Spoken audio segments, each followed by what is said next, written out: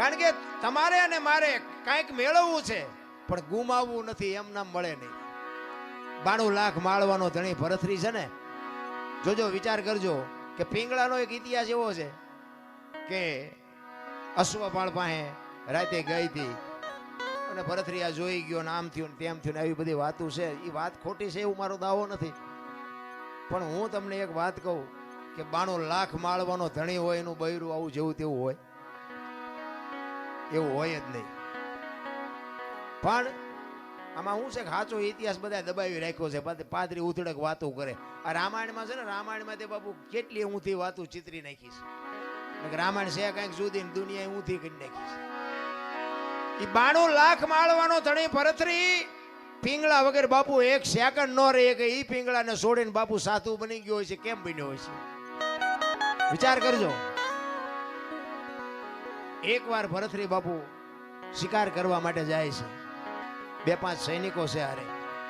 એ શિકાર કરીને વળ્યા ને ત્યારે એક ગામની બાજુમાંથી નીકળ્યા અને એમાં કોઈક ભાઈ ગુજરી ગયેલો ને શમશાન યાત્રા નીકળી.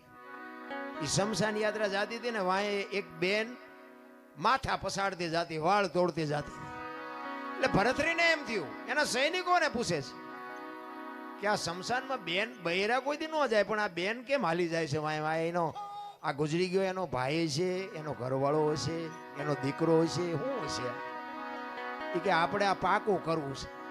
એ શમશાન હતું ને ત્યાંથી આમ આગા ઘોડા ઉભા રાખીને જોવે છે કે શું થાય છે. એ લાકડા બાકડા ગોઠવીને ભાઈને ગોઠવી દીધો અને બેન બધાને કગરે છે કે મને જવા દો, હવે મારું 17 વયું ગયું, મારે આ દુનિયામાં જીવીને હવે શું કામ છે?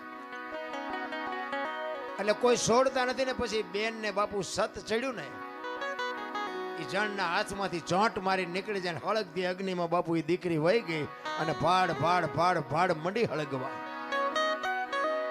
એ દીકરી હળગતી હતી પણ ભરથરી ઘોડા ઉપર બેઠો બેઠો પાણાની મૂર્તિ જેવો થઈ ગયો કે આહા, જીવતા જીવ આ દીકરી હળગી ગઈ, આ કેટલો પ્રેમ હશે. ને એક ભાઈને પૂછ્યું કે આ ગુજરી ગયું કોણ હતું?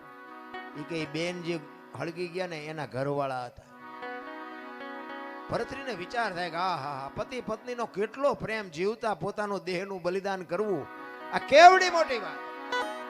એને બાપુ ક્યાંય હક નથી. ભરથરીને ઘરે આવ્યો, ઘરે આવીને બાપુ આમ સોફા ઉપર બેહી, હિંડોળા ઉપર બેહી અને વિચાર કરે છે. પિંગળા પૂછે છે કેમ આજ કઈ બોલતા નથી? પાણી લઈ આવું, ચા લઈ આવું, જમવા લઈ આવું?